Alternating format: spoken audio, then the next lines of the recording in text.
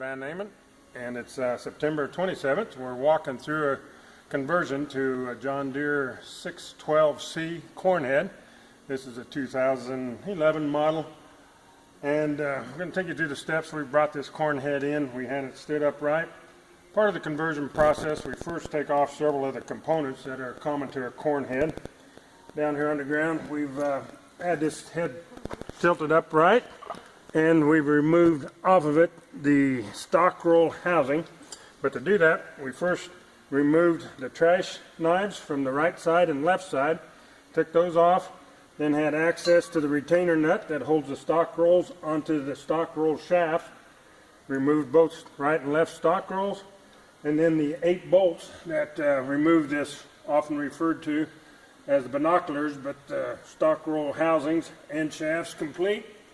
8 bolts removed, and then we go in and replace that, cover that part of the gear case up with this plate, and it also has 8 holes that match up directly in there and provide the cover over the gear case to retain the grease inside the housing. Bottom side is complete. We do that across all 12 row units. After we get done with that, we stand the row units up. I'm going to come on down and walk through roughly 6 rows here.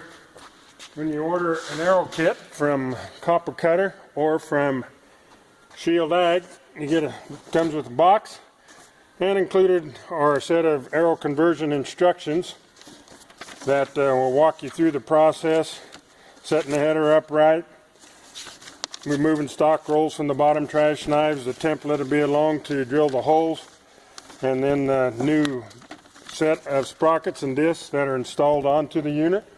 We're going to lift some of those components out of there. Here we see the cover plates that go on front of the gear case. Also included in the box are a set of disc and sprockets. There's a lower disc goes on the left side and an upper disc that goes on the right side, and that'll provide our scissors action we'll see later on.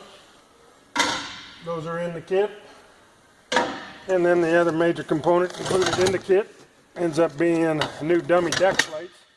These are a little shorter than the standard deck plates that are on a corn head, but there's a left and a right deck plate goes on. You'll see that a little later on. Then also included in the kit is the hardware, the bolts that go down through the disc sprockets, cover caps, and then washers and shims, both 14 and 10 gauge shims. Anyway, row units, when you get them, we provide a template. The template is 1/8 inch holes. It comes in, butts up against the rear of the row unit. 1/8 inch drill, or drill down through there. We have these holes, left side and right side. Drill those 2 1/8 inch holes, and then we'll enlarge those on out to roughly 11/16 for the 16 millimeter bolts. Here you see one that's been drilled out. That can be done. Find that a reamer works quite well to drill it on down to that 16 millimeter size in the location that was marked with the template. And the bolts fit in, you check that. We also, on the units that are before 2012 model year 11, we have to cut underneath 1 inch on both the front and back side where that bolt goes through to provide enough clearance to be able to put the nut on the bottom side.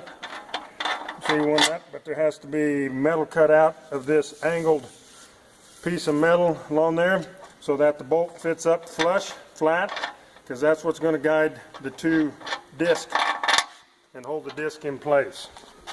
Step over to the next row unit, look at a few more parts and components. We've had some of the hardware, we're taking them out of the bags, put them in here because it's easy to work up and down. Our kits probably be either 2 or 1 in a box, and then you just have to take the number of kits times the number of rows that you're doing. With the holes drilled, we'll end up putting on the disc.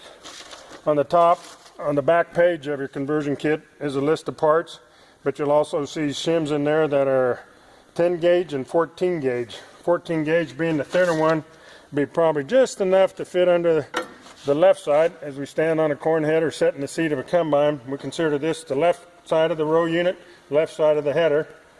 1 shim underneath there will give us the clearance, so it's just a little higher than our bearing that sits on there. That'll go on. that disc will go on top, and then the bolts down through that. And then the bolt here will drop in through the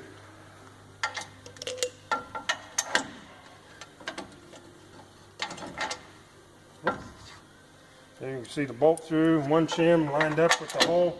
That's a 14 gauge shim, gives us clearance so that disc can freely rotate through there. And then on this side we'll use a 14 plus one more 10 gauge, which is approximately 3 millimeters, which is approximately or very close to the thickness of our disc. So it'll raise it up that additional 3 millimeters, give a nice cutting action on it, good scissors action. We'll see that on a few more of our discs down here. Here you see the way the deck plates lay in place. They'll fit down in 2 holes on this right side, one be held in place. With our arrowhead, we no longer have adjustable deck plates, and you'll see why as we get on down in the chain. Here's a set of discs. Nice scissors action there. If I turn one, it turns the other, but they can still spin independently. So as they run through the field, you get a nice scissors action occurring there and a great cutting action. Those discs will be driven by the chains. Get further on down. Here on this row unit, we've taken it a step further. We've taken on a 2000 or before serial number, what is it, 475 100. 745 745. 745. But anyway, it's 2012 and earlier. Those corn heads have an 8-tooth drive sprocket up at the top. The later ones have a 6-tooth. The 8-tooth drive ones also had a chain guide that was integral to the front idler, adjusting idler bracket. We end up having to take those and cut about 13 inches off the top, leaving 13 inches down here at the front. Deck plate fits underneath of it, and then the disc sit on top of it for the cutting action. So our chain will come around, come through here, pick up this disc, rotate it, come on around, and opposite on the other side. So you can see, have to put these in a bandsaw or something and cut them to 13-inch length. That'll leave enough room for your chain tensioner, mechanism, springs, bolts, and hardware. Looking on at this row unit, it's pretty much complete.